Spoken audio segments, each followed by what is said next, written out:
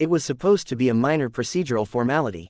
Jasmine Crockett, the Congresswoman and a seasoned civil rights attorney, was scheduled for a brief court appearance in Dallas Municipal Court. The case: a citation for a parking violation, an ironic ticket given to her car while she was meeting with housing advocates about illegal evictions just blocks away. The irony wasn't lost on her, but she had no plans to challenge the ticket, just show up, pay the fine, and move on. Except this morning didn't go as planned. At precisely 8:47 a.m., Crockett's team received a frantic call from her legislative director in D.C. The Department of Justice had just released preliminary findings on discriminatory eviction practices disproportionately targeting black families in South Dallas, something Crockett had been tracking for months. The timing of the findings was politically delicate. She had to coordinate with both HUD and local city officials immediately. The call ran long, too long. By the time Jasmine stepped into courtroom 3B, it was 9:19 a.m., 19 minutes past the scheduled appearance. She entered the courtroom with her signature poise, wearing a navy suit crisp from the press, heels clicking confidently against the polished floor. But the moment her presence was announced, the atmosphere shifted. Judge Ronald Jeff, a silver-haired figure with an air of inflated authority, barely glanced up from the bench. "Congresswoman Crockett," he intoned, sarcasm dripping from his voice, "how gracious of you to join us this morning." Jasmine met his gaze with calm assertiveness. "My apologies for the delay, Your Honor. I was on an urgent call with the Department of Housing and Urban Development regarding matters directly affecting this district." Jeff didn't wait for her to finish. "Save it," he snapped. "This is a courtroom, not Capitol Hill. You may be used to grandstanding in front of cameras, but here, you follow the rules. You're held in contempt." A murmur swept through the courtroom. "Contempt?" Jasmine asked, her voice steady. "For being 19 minutes late due to an emergency related to my congressional duties." "For disrespecting this court," Jeff barked. $50 fine, payable immediately." Crockett raised an eyebrow but complied, pulling her phone from her purse to authorize the payment. The court clerk took the card without looking her in the eye. It was small, the fine petty, even, but it wasn't about the money. It was about the performance, the spectacle. Jeff was making an example of her. She could have let it end there, but Jasmine Crockett was not built for silence in the face of systemic disrespect. "Fact, Your Honor," she said after the fine was recorded, "I'm compelled to ask, would this courtroom have reacted with the same level of hostility if I were a white male attorney arriving late under similar circumstances?" The room stiffened. Jeff leaned forward. "Watch your tone, Miss Crockett.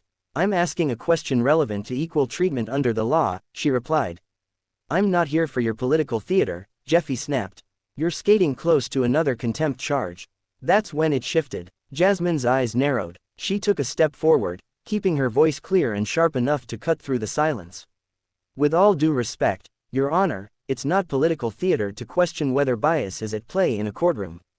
It's a civic responsibility, especially for someone sworn to uphold the Constitution." The judge's gavel struck the bench once, loud, definitive. "That's enough." But Jasmine didn't back down. "Your Honor, you just held me in contempt for a delay related to my work as an elected official serving the very community this court presumes to protect.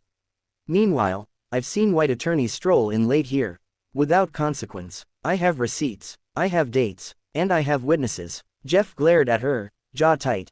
Someone in the courtroom gasped. From the back row, a local reporter from the Dallas Morning Ledger began quietly typing on her phone. The tension was molten. "Either I'm wrong, and this court applies its rules fairly across the board," Jasmine continued, "or I'm right, and this moment, this exact moment, deserves the scrutiny of the Judicial Conduct Review Board." Jeff's face turned a shade redder. "Miss Crockett, you are on extremely thin ice." "And yet," she said coolly, "I'm standing firm." He didn't respond. The silence that followed wasn't empty, it was loaded. Loaded with the weight of decades of systemic bias, the arrogance of unchecked authority, and the power of someone unafraid to challenge it. The bailiff's eyes darted between them, as if bracing for what might happen next. Jasmine took a final glance around the room.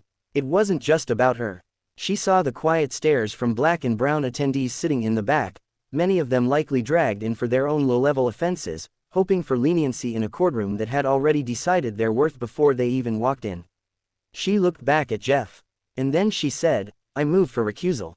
A stunned pause followed. Jeff scoffed, the smirk returning to his face. "Denied." But Jasmine had already planted the seed. And Courtroom 3B had just become the epicenter of something far bigger than a parking ticket. Outside, the sun was beginning to rise higher over downtown Dallas. Inside, a storm had only just begun. The courtroom remained frozen in silence, the air charged with the aftermath of Jasmine Crockett's bold challenge. Judge Jeff sat still for a beat too long, his eyes scanning the room as if weighing just how far he was willing to let this spiral. But Jasmine hadn't come to be another name steamrolled in silence. She had come, as always, to speak truth, regardless of who it made uncomfortable. "I repeat," Jasmine said, locking eyes with the judge again, "I move for your recusal from this case on grounds of demonstrated bias and retaliatory conduct." Jeff leaned back slowly, theatrically. "You believe I'm retaliating against you over a parking citation, Congresswoman? I believe you used your authority to publicly reprimand and fine me not for my conduct," Jasmine replied, "but for who I am, what I represent, and the fact that I had the audacity to speak when you expected submission." Gasps echoed again. A young black man sitting near the back muttered, "Damn," under his breath. Jeff struck his gavel twice, harder this time. "Enough grandstanding. You've made your little statement. Now, either conclude your business with this court, or I will have you escorted out." Jasmine didn't blink. "If I'm to be removed, let the record show it's for questioning racial bias in a public courtroom." A murmur of support rippled through the gallery. Reporters were now openly recording on their phones despite the posted signs forbidding it. The clerk glanced nervously at Jeff, who was visibly unsettled by the shifting momentum. From the corner of her eye, Jasmine noticed two of the assistant district attorneys lean in toward one another, whispering. One of them, a Latina woman named Avelina Torres, didn't look away when Jasmine's eyes met hers.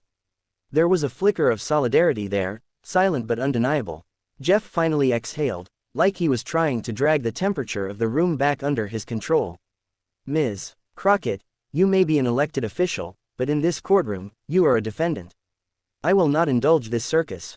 Now, sit down and allow me to finalize your citation." But Jasmine didn't sit. Instead, she stepped closer to the bar separating the audience from the attorney's floor.